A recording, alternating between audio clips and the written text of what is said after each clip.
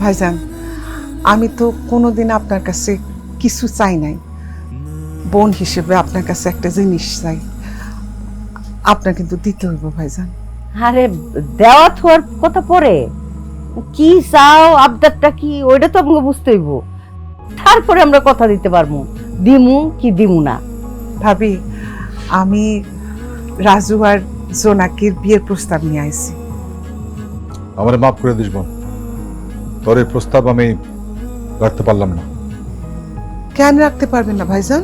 কেননা আত্মীয়দের সঙ্গে আমি আত্মীয়তা করতে চাই না, ব্যাস। মামা, আত্মীয়তার মধ্যে আত্মীয়তা করলে সমস্যা কি? তাছাড়া আমি জোনাকিরে ভালোবাসি। এই ভালোবাসা আমরা মানি না। আত্মীয়তার মধ্যে সম্পর্ক করলে সেই সম্পর্ক কোনোদিন টিকে না। পুরান আত্মীয়তার সম্পর্ক আরো নষ্ট হয়ে যায়। আত্মীয়তা আমরা আছি, আবার নতুন করে ভেজাল বাজায় লাভ কি? তোমার মামাও যেহেতু বলছে এটাতে রাজি না, আমিও রাজি না। তোমরা আসতে পারো। আচ্ছা ভালো কথা, দুপুর হয়ে গেছে, একটা ডাল ভাত খেয়ে যাও। মা, আব্বা, রাজু ভাই আমি দুজনের ভালোবাসি। আমগো ভালোর কথা চিন্তা করে, আমগো সুখের কথা চিন্তা করে এই সম্পর্কটা মাইনা নাও, নাইলে আমরা দুইজন মরে যাবো। মইরা গেলে মরে যাবি, কবর দিয়ে আসবো, কিন্তু আমার ভাগ্নের সঙ্গে তোর বিয়ে দেবো না। মামা, এখন কিন্তু আপনি বেশি বাড়াবাড়ি করতেছেন। কেন বিয়ে দিবেন না জোনাকিরে আমার কাছে? আমি কি দেখতে খারাপ, নাকি অশিক্ষিত, নাকি কোনো কিছুর অভাব আছে আমাকে? বেশি তাল বেতাল করবেন না, একদম জোনাকিরে উঠাই নিয়ে বিয়ে করুন। তখন থেকে আপনার মান সম্মান কই থাকে? কি করতে পারেন আপনি? কত বড় সাহস, তুই উঠে নিয়ে যা। আমার মেয়ের গায়ে হাত দিলে না তো আমি কল্লা ফলা দেবো। ফলাই দেন কল্লা, বাইরে ফলান, তাও জোনাকিরে ছাইরে আমি এখান থেকে যাবো না। জোনাকি চল, আয়। এই এত বড় সাহস তোর! আমার সামনে তুই আমার মেয়ের গায়ে হাত দাস?